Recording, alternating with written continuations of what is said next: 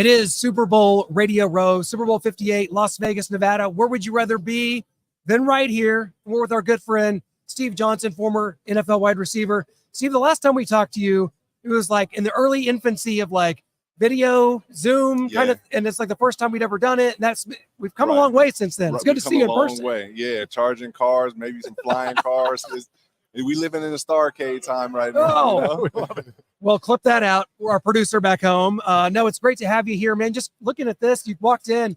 This is the busiest day. Radio Row is a buzz. We got Jabberwockies over here. Dan Marino just walked by. Steve Young. Max Crosby's threatening us over here. This great Chiefs helmet. Like, what do you make of all this craziness? Yeah, this is what it's about. This is the love of the game. Not just about the game on the field. It's a whole organization and a whole thing, logistics and things going on outside. And this is just a little bit of it, for us to enjoy it. Yeah, what do you kind of make of this big game here? We're here with San Francisco 49ers versus the Kansas City Chiefs. Seems like it's a Kansas City Chiefs invitational. They're here every year. At least we hope that continues. Right. But what do you make of this Mahomes versus Mr. Irrelevant and Brock Purdy? Oh, I love it. I love it. This is what it's about. This is the motivation. This is what dreams are made of. You got a guy who's the guy of the league, the man of the league, winning 3 Super Bowls, I believe. And then you got the guy who was drafted the last round, last pick, and he's in the Super Bowl. So it's just about, keeping faith, and that's what we see out of this game. Not only just the competitive side, but you can be anywhere and you can still make it. Just that's what I see about this. I mean, as a receiver in the NFL, and you had a tremendous career, when you see the quarterback play, we know Patrick Mahomes, 2-time MVP. I mean, it's guys like Justin Herbert can't get anywhere. And this is a very talented, big, strong arm player for the Los Angeles Chargers. You've got Joe Burrow's been to 1 Super Bowl, but he's had 2 injury-riddled seasons. This quarterback play, in my opinion, has never been at the height that it is right now. Yeah. Can you speak to that? It's pretty special, though. It's pretty special because there's a lot of work that goes on behind the scenes, for this QB play to be successful. And that's communication, having that connection with your receivers, with your tight ends, with your linemen, having that faith with having a coach have faith in you to check out the plays, because every locker room isn't like that. Every locker room doesn't have a quarterback that that's allowed to switch plays and call checks, So being able to do this is excellent for all the athletes, and obviously us, because we get to see guys running pretty much fast break, down the field. We have a comment pulled up here, and it didn't take long as we're live here for a Chiefs fan to call you out, Steve. He says, he tore my guy EB's ACL. Shaking my head. Man, it's our first comment, and there it is. It's hey, no, that's good. I'm happy that did come up, and I want to speak on that. Like the lifestyle, as a young athlete, you get into the league as a 7th round draft pick, you trying to just make the team. So whatever coaches tell you, you trying to do it to the utmost, because this is your shot, this is your opportunity. And yeah, it was definitely a situation where, Eric Berry came down and I was doing a crack block and they say, go to the legs. That's what we was told. Yeah. So I had to go backside and make that play. If I don't, coach go get on me. And I didn't know he was hurt. But when I did find out about it, I just felt so bad. And I stopped doing that cut block. I didn't care what coaches said. I stopped that for good. And Eric Berry's one of those guys from the SEC. I'm from the SEC. So Tennessee guy. It was tough on me to have him go through that. But he prevailed, and he showed us a true inspirational story. That's cool. Yeah. We have another fan question here from Alexis Sandoval. Ask Steve if he still raps and how your boy is doing. Hey, yeah. So my cousin, your boy Rich Rocker, he's out here right now. He actually got the theme song for NBA 2K. Wow. Yeah. We'll be doing a creator summit on Friday, and where we got a lot of guys from NFT and the music world coming together and just networking and creating, kind of like how this is. Yeah. A lot of good vibes and entities coming together. Yeah, tell us more about that. Yeah. So I connected with a group called Pigeons of New York, and they do NFTs. What they do, we partnered up to get tickets. We fed families, out in Western New York. We had jerseys, giveaways. We do a lot of interactive things for the social community. And we met like 2 years ago at an event similar to this. And, we just been putting them on every year. And now we'll have another on Friday coming up. That's amazing. Tell us a little bit more about that event, what people can expect from that. Indeed, so you can expect to hear from a lot of different creators from around the world. The main thing is for them to understand community and unity. You know, it was all based off of our club, HVHF, the business that my wife and I created for the student athletes and entrepreneurs. This was to shine light on that. You know, none of us would be where we at if we didn't have help from somebody else or a vision from someone else. And we just getting it back to the basics. It's nothing super tedious or like super extravagant. It's just the basics, and that's what we teach at our club, HVHF Exposure Academy. Love that. And do you feel like, you know, you coming from the JUCO ranks to get to Kentucky, which we'll talk about that in a minute, a Southern California guy winding up in Lexington, Kentucky is a whole story in and of itself. You started out at the JUCOs. Do you feel like that kind of propels you into this situation to be able to talk to kids and talk about how, because I mean, I went to JUCO too. We both did. Yeah. We skipped a final together our freshman year. Hey, it's a different world. You know, it's a different world. I think whether you go JUCO or not, you can still get out and speak to people because we all got different situations. I just feel like when you come from a JUCO, you go through a little more situations than the others would. So it gives you more wisdom to speak for these kids and these student athletes, and that turn into entrepreneurs. So that's why we go out and do what we do. Yeah, and a little bit earlier, he mentioned Justin Herbert, and he's got a new coach that you're very familiar with, and Jim Harbaugh. So talk a little bit about what they can expect from Coach Harbaugh coming in there. A lot of Chargers fans excited because the team looked like it quit late in the season on Brandon Staley. So he's out, Harbaugh's in. Yeah, Harbaugh, he's a player's coach. You know, he's everything that you want in a player's coach. He's out there. Similar to like a Pete Carroll, you know how you see the vibes that he has. Harbaugh's just like that, but I've never played under Pete Carroll. But under Harbaugh, you go get some inspirational stories, some out of nowhere type of stories, you know, but it's all for the mentality. You know, he's heavy on building the guy's mental and obviously working. You know, he's a smart guy. He knows how to utilize the time very well. Yeah, and you see like Pete Carroll out there throwing the ball around with the guys during practice. Jim Harbaugh, I'm sure, is very similar. Yeah, very similar. You know, they understand the game. Like he's a type of coach where he'll allow the quarterback to make those checks as he understands it. You know, like I said, I've been in situations where quarterbacks didn't have that leeway. So it's pretty good to see Harbaugh go there, and because my guy Keenan Allen's there, so I always want to see him do well. Well, I'm seeing your guy Zach over here. He's got his Bills jacket on. You, of course, played for the Buffalo Bills, had a tremendous career there. You know, for Josh Allen and that group, do you feel at this point like that getting over the hump? How are they going to be able to do it? You've got Mahomes here in this conference. You know how competitive it is. Joe Burrow and the Cincinnati Bengals have been to a Super Bowl, and they just haven't been able to get there. We need to get Keenan Allen. I say it on my social all the time. We need, so Diggs needs some help. Shakur came through and he did his thing. He catches everything. I love it. But Gabe Davis hasn't quite developed. No. Gabe Davis have developed. We'll get Keenan also, and then we'll change his number to another number. You feel me? Oh, okay. Yeah, we keep. I'm living in a fantasy world. We keep everybody. Chargers are in salary cap problems. That does exist, Steve. Someone's gonna have to fork over some money for that. Hey, but to be honest, like I just feel like we need to add a space creator to our team. I think that would help us get over the hump, because when you get to the playoffs, teams key in on guys, and as a quarterback, you need to be able to just throw a ball there and understand that it'll be space, and not have to think twice or hold it and take off, and you know what I'm saying? It's a lot that goes into it. And if you got a space creating type receiver to help, it can help a lot for the team. A lot of people like to ask former receivers that are Mount Rushmore of receivers, but it's pretty easy. A lot of people kind of know the top guys that you're going to choose: Rice, Moss, T.O., maybe a Calvin Johnson. So I like to ask guys your kind of specifics, what you like. I mean, you've got a 4 wide receiver set. You're the head coach. You're the GM. You get to pick your 4 guys that you like for your offense. Who are you picking? Yeah, I got Chad Ochocinco. Love it. Terrell Owens, Randy Moss, and Deion Sanders.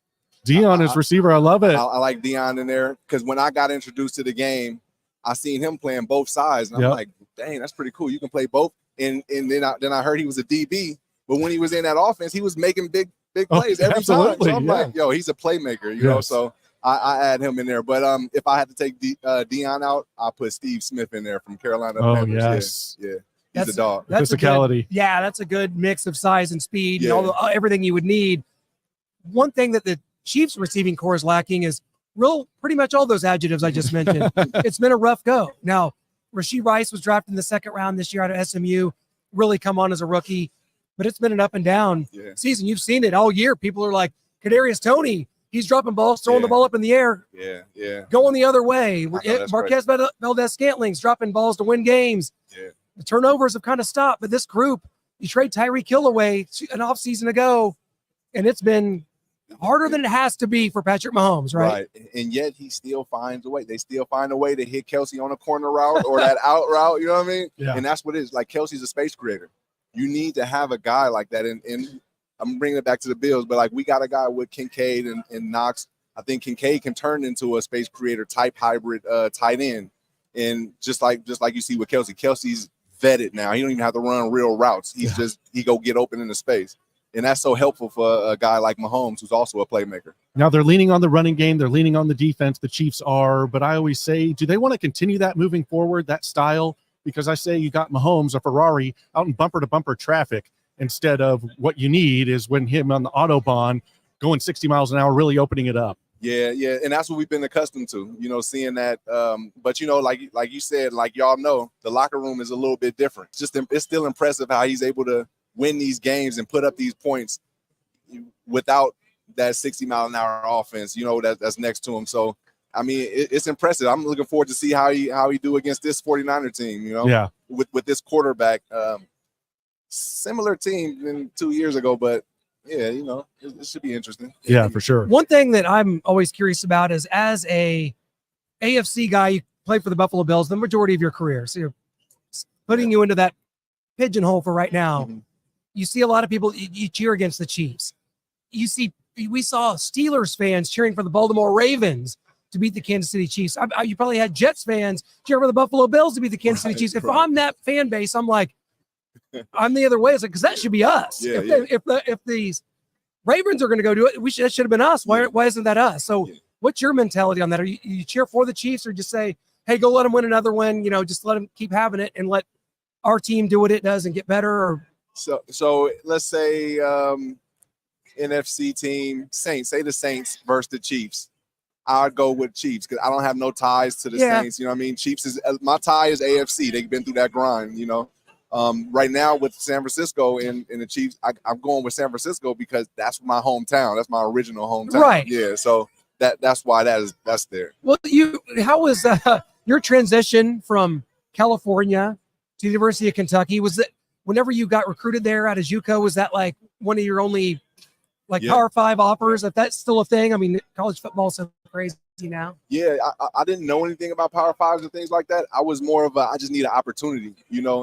That ties into our business that we have. We work with the kids that just need opportunities. And that was me coming out of junior college, and Kentucky was the place that gave me that shot, and I just took full advantage of it and got in through the seventh round. Was there a culture shock for you? I'm thinking about like San Francisco, California.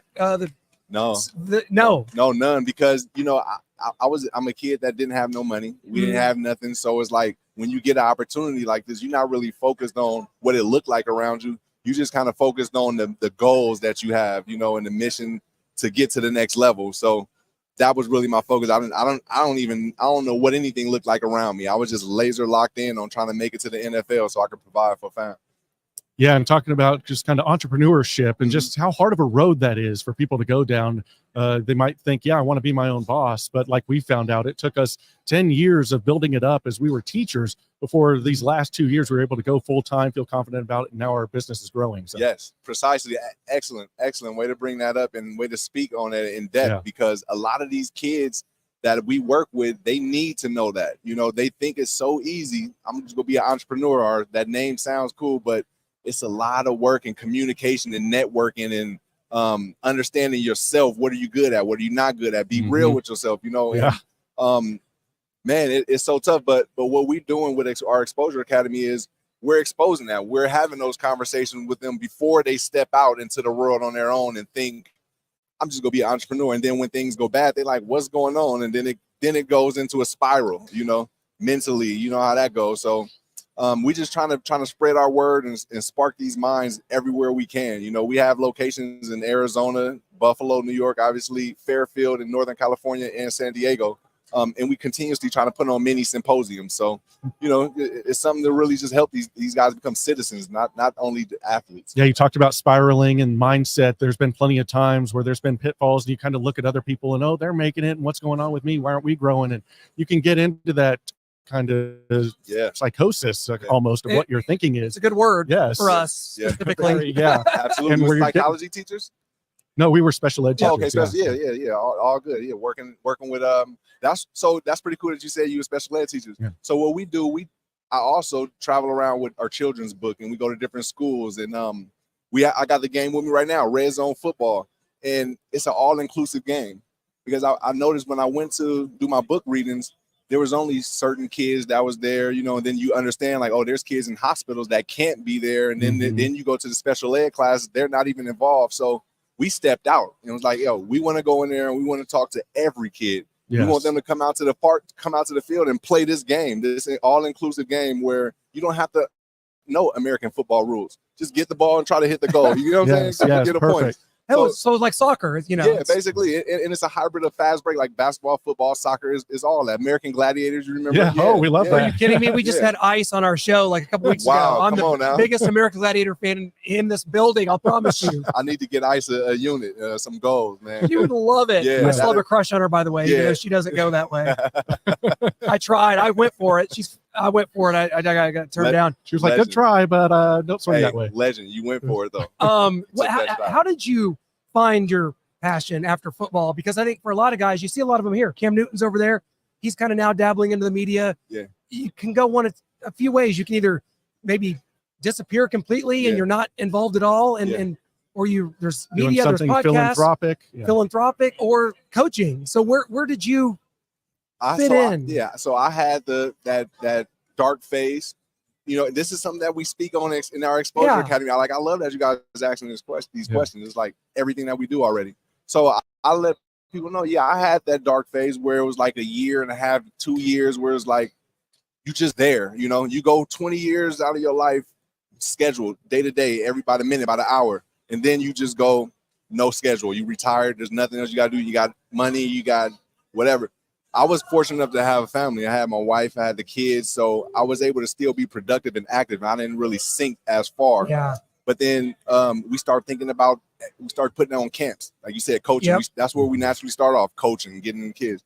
So that led to, I need to do more with them than just teach them sports work. I need to talk to them and get their mind right. So then we end up developing our Exposure Academy. And then we end up creating programs for flag football. You know, everything just kept on developing as we start just getting out there and making these plays. So yeah, man, like it's everything that we've done is the life that I've lived. You know, and you know, we're here just trying to continue, like I said, spark minds through these student athletes and entrepreneurs. Yeah, and talk about some of the sacrifices that you have to make to become an entrepreneur. Like we didn't have girlfriends for a while out there because we're like, man, we are grinding. We've got 2 jobs. We're teachers. Then we come home from that, and most people just veg out, relax, get ready for the next day. Not us. We're grinding in sports media trying to get here. And now here we are at Super Bowl 58. So, I mean, things can pay off if you stick with it. Absolutely. And understand it's not going to be perfect. Yep. The road not going to be perfect, and everybody's not going to like what you do or, you know, like the movie. That one definitely relates to us. Yeah. Listen to the noise from the outside, and it can get you down. And right. As long as you got that vision and you understand where you're trying to get to is positive,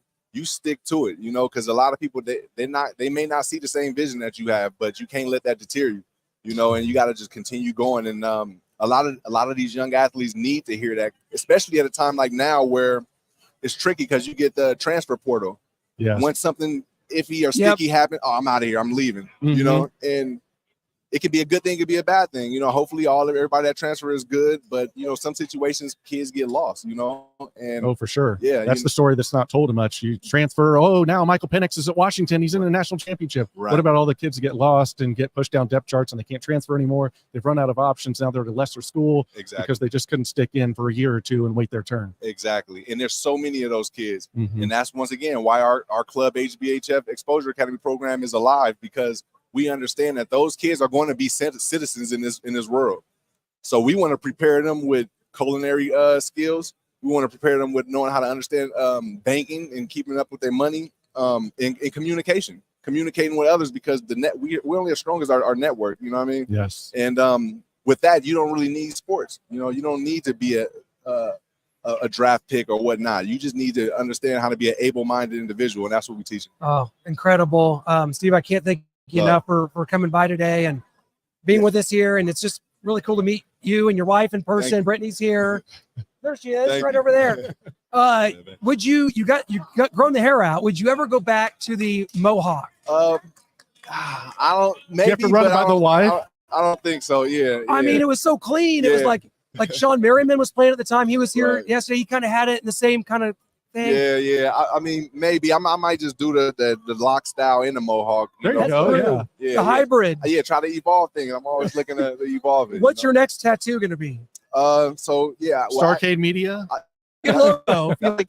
Well, yeah, we should shoot it live. You know, we're actually starting our tattoo shop in Western New York. Oh, really? Yeah, Blood, Sweat, and Tears Artist Co. And partner with our guys in Orlando. And so maybe you can I'll come out and get one. Yeah. We got a deal with Rasheed Rice from the Chiefs. He's got a DBS, Don't Be Soft tattoo. Nice. And when he comes on our show, then we have to get the tattoos. That's the deal. DBS. Yep. That might be able to come out. I haven't got fresh ink in probably 8 years. So it's been 39 years for me. So it's been that you're running out of space. Where can you go from here? You're not gonna. Would you go on the face at all? Maybe not on the face. Well, I already got one of my mom's initials. I got my mom's initials on my face, but that's about as far as I'll go. I got.